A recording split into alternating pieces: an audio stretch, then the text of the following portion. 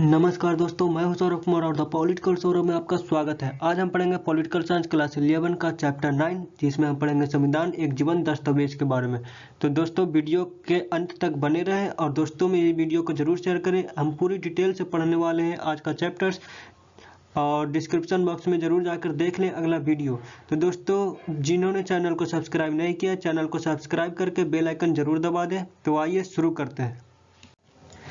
दोस्तों, क्या संविधान अपरिवर्तनीय होता है? यानी इस चैप्टर का पहला पॉइंट यही है कि क्या संविधान में कोई परिवर्तन ही नहीं हो सकता?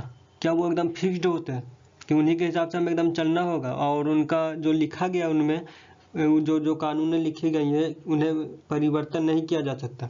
तो इन्हीं बातों को आज हम जानेंगे। तो पारिस्थितिक बदलाव, सामाजिक परिवर्तनों और कई बार राजनीतिक उठापटक, ठीक है, राजनीतिक उठापटक के चलते विभिन्न राष्ट्रों ने अपने संविधान को दोबारा तैयार किया। यानी उनके पास पहला संविधान था, उन्हें कैंसिल करके कोई कुछ खामियां रही होंगी उनमें, इस वजह से उन्हें कैंसिल किया गया और उन्हें नया संविधान बनाना पड़ा। तो दोस्तों यहाँ पर ऑप्शन दिया हुआ है सोवियत संघ के बारे में। यानी सोवियत संघ ने अपने 74 वर्षों के दौरान 4 बार संविधान को बदला। कब कब? 1918, 1924, 1936 और 1977, 4 बार। तो 1991 में वहाँ जो कम्युनिस्ट पार्टी का शासन रहा था वो 1991 में समाप्त हो गया और इस वजह से जल्दी ही सोवियत गणराज्य भी बिखर गया। तो इस राजनीतिक भूचाल के बाद क्या हुआ कि रूसी गणराज्यों का नए सिरे से गठन हुआ, और जब रूसी गणराज्यों का नए सिरे से गठन हुआ तो एक नया संविधान ने क्या किया? अंगीकार किया। कब? 1993 में। तो दोस्तों इससे एक क्वेश्चन आता है कि क्या हमारा संविधान नहीं बदला गया? अगर बदला गया तो कब कब? तो आइए इसी बात को जानते हैं। तो भारतीय संविधान 26 नवंबर 1949 को क्या किया गया? अंगीकृत किया गया। यानी इसे लागू कब किया गया? 26 जनवरी 1950 को। ये क्वेश्चन आ सकता है आपके एग्जाम में। 26 जनवरी 1950 को हमारा संविधान को औपचारिक रूप से लागू किया गया। तब से लेकर आज तक यह संविधान लगातार काम कर रहा है और हमारे देश की सरकार इसी संविधान के अनुसार काम करती रही है। तो क्या हमारा संविधान इतना अच्छा है कि उसमें किसी बदलाव की ज़रूरत ही नहीं है? क्या उसमें कोई बदलाव नहीं किए गए अब तक? तो आइए जानते हैं आगे। दोस्तों, परिवर्तन जीवन का नियम है। तो अगर परिवर्तन नहीं होंगे तो हमारे विकास क्या होंगे? रुक जाएंगे, ठीक है।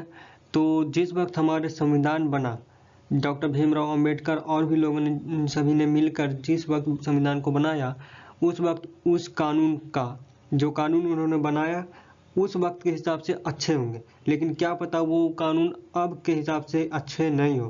तो इस वजह से क्या संविधान के पूरे संविधान को क्या करे कि कैंसिल कर दे और नया संविधान बनाए? तो ऐसा नहीं है। हमारे संविधान में ऐसा प्रावधान किया गया है कि संविधान में क्या हो सकता है? संशोधन हो सकता है, ठीक है। यानी उसमें जो जो कानून खराब है, उस वक्त के हिसाब से सही थी और अब सूट नहीं कर रही है, तो यहाँ संविधान को पूरी संविधान को नहीं बदला जाता। क्या होता है? उस कानून को बदला जाता है, उसमें संशोधन किए जाते हैं, ठीक है। संविधान व्यवहारिक कामकाज में इस बात की पर्याप्त गुंजाइश रहती है कि किसी संवैधानिक बात की ज़्यादा से ज़्यादा क्या हो सके? व्याख्याएं हो सके। यानी उसमें ज़्यादा से ज़्यादा व्याख्याएं हो सके, उसका ज़्यादा से ज़्यादा अर्थ निकल सके। तो यही वजह है कि हमारा संविधान क्या है? कानूनों की एक बंद और जड़ किताब न बनकर एक जीवन दस्तावेज के रूप में विकसित हो सका है। इसमें नए नए कानून आते हैं, पुराने कानून जाते रहते हैं बराबर, लेकिन पूरी की पूरी किताब, पूरे के पूरे संविधान नहीं बदले जाते, उसमें संशोधन किए जाते हैं, ठीक है। किसी भी संविधान को भविष्य में पैदा होने वाली चुनौतियों का समाधान प्रस्तुत करने में क्या होना चाहिए? सक्षम होना चाहिए कि नए नए चुनौतियाँ अगर भविष्य में आएंगे तो उससे कैसा निपटा जाए, उसमें उसे बातें लिखी होनी चाहिए। संविधान कोई जड़ और अपरिवर्तनीय दस्तावेज नहीं होता, उसका मनुष्य ही क्या करते हैं? रचना करते हैं। तो इस हिसाब से उन्हें हम लोग ने ही बनाया है और इस हिसाब से उसमें क्या हो सकते हैं? संशोधन हो सकते हैं, उसमें बदलाव हो सकते हैं। जो भी हमने कानून बनाया या कुछ भी बनाया उसमें लिखा है तो उस हिसाब से उन पर पुनर्विचार किया जा सकते हैं। तो संविधान समाज की इच्छाओं और आकांक्षाओं का प्रतिबिंब होता है। संविधान समाज को लोकतांत्रिक ढंग से चलाने का एक ढांचा होता है और यह एक उपकरण होता है जिसे समाज खुद अपने लिए गढ़ता है। तो दोस्तों आगे बढ़ते हैं। तो संविधान में संशोधन कैसे किया जाता है, ठीक है, उसके बारे में हम जानेंगे। तो संविधान निर्माता संविधान को एक साथ ही क्या करना चाहते थे, लचीला और कठोर बनाने के पक्ष में थे। यानी वो इतना लचीला भी हो कि उसमें संशोधन आसानी से हो जाए, और इतना कठोर भी हो किसी किसी कानून के मामले में कि उनका संशोधन बहुत ही मुश्किल से हो। लेकिन उन्होंने ऐसा संविधान बनाया कि ना वो इतना ज़्यादा लचीला हो कि कोई भी आके बदल के चला जाए कुछ भी, और ना ही इतना ज़्यादा कठोर हो कि उसे बदलने में मेहनत करना पड़े, बदला ही ना जा सके।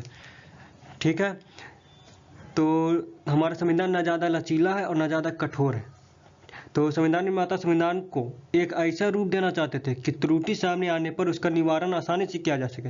अभी मैंने बोला कि इतना लचीला भी ना हो कि उसमें कोई भी आके बदल के चल जाए कोई भी कानून, लेकिन इतना कठोर भी नहीं होना चाहिए कि उसको बदला ही नहीं जा सके।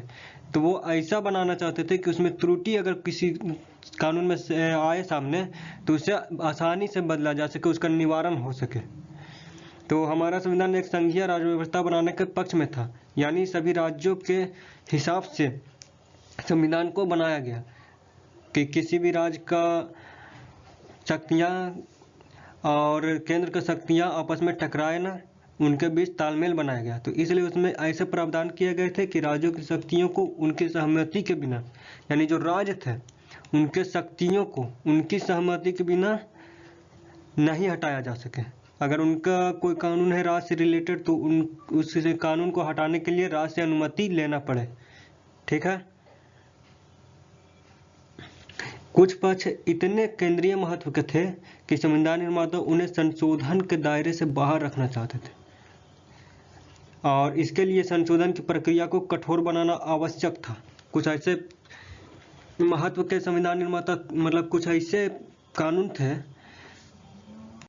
जो केंद्रीय महत्व पर ज़्यादा बल देते थे। ठीक है, तो इसी वजह से संविधान में संशोधन करने के लिए विभिन्न तरीके अपनाने पड़े, कठोर तरीके। दोस्तों, यहाँ संविधान में संशोधन करने की प्रक्रिया के बारे में बताया गया है। यहाँ 3 प्रक्रिया के बारे में बताया गया है। पहला है कि संसद में कुछ ऐसे कानून होते हैं जो बहुत ही लचीले होते हैं, जिसे आसानी से बदला जाता है। तो वही बताया गया। पहला पॉइंट है कि संसद में समान बहुमत के आधार पर इसे बदला जा सकता है। समान बहुमत, कोई खास बहुमत की जरूरत नहीं है, जो समान कानून है उनको बदलने के लिए। तो दूसरा है संसद के दोनों सदनों की अलग अलग विशेष बहुमत के आधार पर, यानी संसद के 2 सदन होते हैं, जानते हैं, लोकसभा राज्यसभा। तो दोनों सदनों को विशेष बहुमत की जरूरत पड़ती है इस कानून को बदलने के लिए। ठीक है, और तीसरा तरह के कानून को बदलने के लिए जो बहुत ही कठिन है उनको बदलना, उनके लिए क्या चाहिए कि विशेष बहुमत और प्लस कुल राज्यों की आधी विधायिकाएं, यानी विशेष बहुमत तो होगा दोनों सदनों का, प्लस जितने राज्य भारत में उन सभी राज्यों से आधे राज्य कम से कम, ठीक है, कम से कम आधे राज्यों की विधायिकाएं का बहुमत होना जरूरी है इन कानूनों में संशोधन करने के लिए। दोस्तों, संविधान में ऐसे अनुच्छेद हैं जिसमें संसद समान कानून बनाकर संशोधन कर सकती है। पहला पॉइंट में मैंने उधर बताया चार्ट में आपको, इसमें कोई विशेष प्रक्रिया अपनाने की जरूरत नहीं है। ये समान कानून को समान तरीके से बदला जा सकता है। इसे इनके काफ़ी हिस्से को लचीला बनाया गया। ऐसा अनुच्छेद क्या है, एग्जाम्पल में लेके चलते हैं तो अनुच्छेद 2 है, संसद विधि द्वारा संघ में, यानी संघ में नए राज्यों को प्रवेश दे सकती है बिना किसी की इजाज़त के, आराम से समान कानून बनाकर। और अनुच्छेद 3 संसद विधि द्वारा क्या होता है कि किसी राज्य का क्षेत्रफल भी बढ़ा सकती है, यानी कोई राज्य इतना बड़ा है तो उसे क्षेत्रफल बढ़ा के इतना बड़ा कर सकती है। अब अंत में जब सारे कानूनों को काम हो जाता है, संशोधन पारित होने के पश्चात क्या होता है कि संशोधन को पुश करने के लिए राष्ट्रपति के पास भेजा जाता है संशोधन विधेयक को। और राष्ट्रपति इसके लिए क्या है कि पुनर्विचार करने का अधिकार नहीं है राष्ट्रपति को, इनके लिए पुनर्विचार करने का अधिकार नहीं है, उन्हें पारित करना ही होगा, साइन करना ही होगा। तो संशोधन के इन प्रश्न के अंतिम राय जनता के निर्वाचित प्रतिनिधियों की ही होती है, इनमें कोई जनमत संग्रह की आवश्यकता नहीं होती है। ठीक है दोस्तों, पीछे हमने देखा संविधान में संशोधन की 3 प्रक्रिया दिए गए थे, उसमें एक था विशेष बहुमत। तो यह विशेष बहुमत क्या अर्थ होता है, यह विशेष बहुमत क्या होता है? तो संविधान में संशोधन करने के लिए 2 तरह के विशेष बहुमत की आवश्यकता होती है संशोधन करने के लिए किसी भी कानून को। तो पहला है संशोधन विधेयक के पक्ष में मतदान करने वाले सदस्यों की संख्या सदन के कुल सदस्यों की संख्या से कम आधी होनी चाहिए।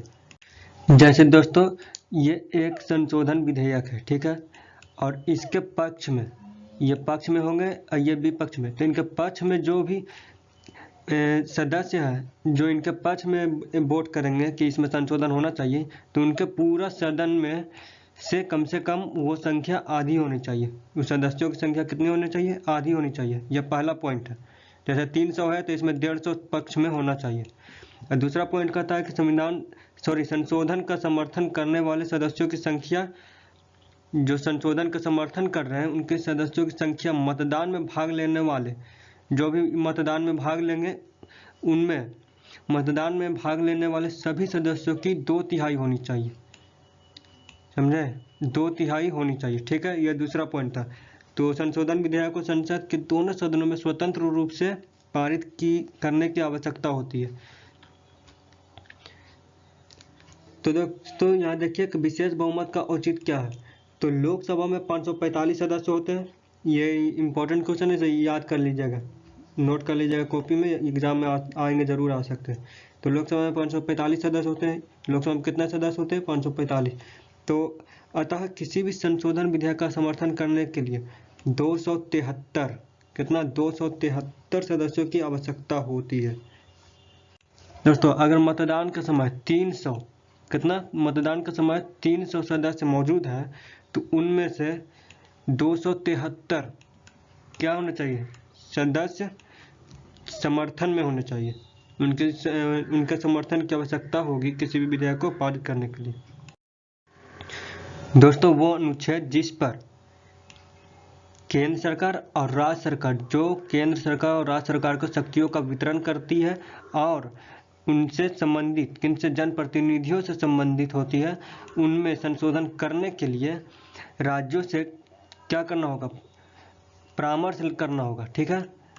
वो अनुच्छेद जो राज्य सूची में आते हैं, अगर उन पर हमें कानून बनाना है या उनको संशोधन करना है तो राज्यों से हमें परामर्श करना होगा और उनकी सहमति आवश्यक होती है।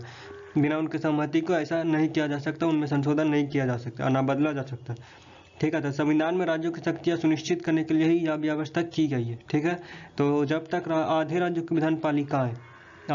विधान पालिकाएं किसी संशोधन विधेयक को पारित नहीं कर देती, तब तक वह संशोधन प्रभावी नहीं होगा। यानी भारत में 29 राज्य है, ठीक है, तो उसमें कम से कम 15 राज्य उस संशोधित विधेयक को पारित करना आवश्यक है 15 राज्यों के लिए। अगर वो पारित कर देती है तो वो नया कानून बना सकती है केंद्र सरकार। और संघीय संरचना से संबंधित प्रावधानों के अलावा मौलिक अधिकारों के प्रावधानों को भी इसी प्रकार रक्षणीय बनाया गया, मतलब इसी प्रकार उनको भी रक्षा की गई है, मौलिक अधिकार को और संघीय संरचना से संबंधित प्रावधानों को, ठीक है।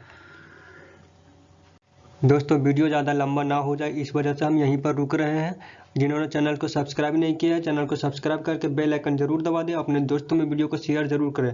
पार्ट 2 का वीडियो जाकर डिस्क्रिप्शन बॉक्स में जाकर जरूर देख लीजिए, नीचे वहाँ लिंक आपको मिल जाएगा पार्ट 2 का, तो वो वीडियो भी लगे हाथ देख ही लीजिए। तो चलिए तब तक के लिए धन्यवाद, मिलते हैं अगले वीडियो के साथ। जय हिंद, जय भारत।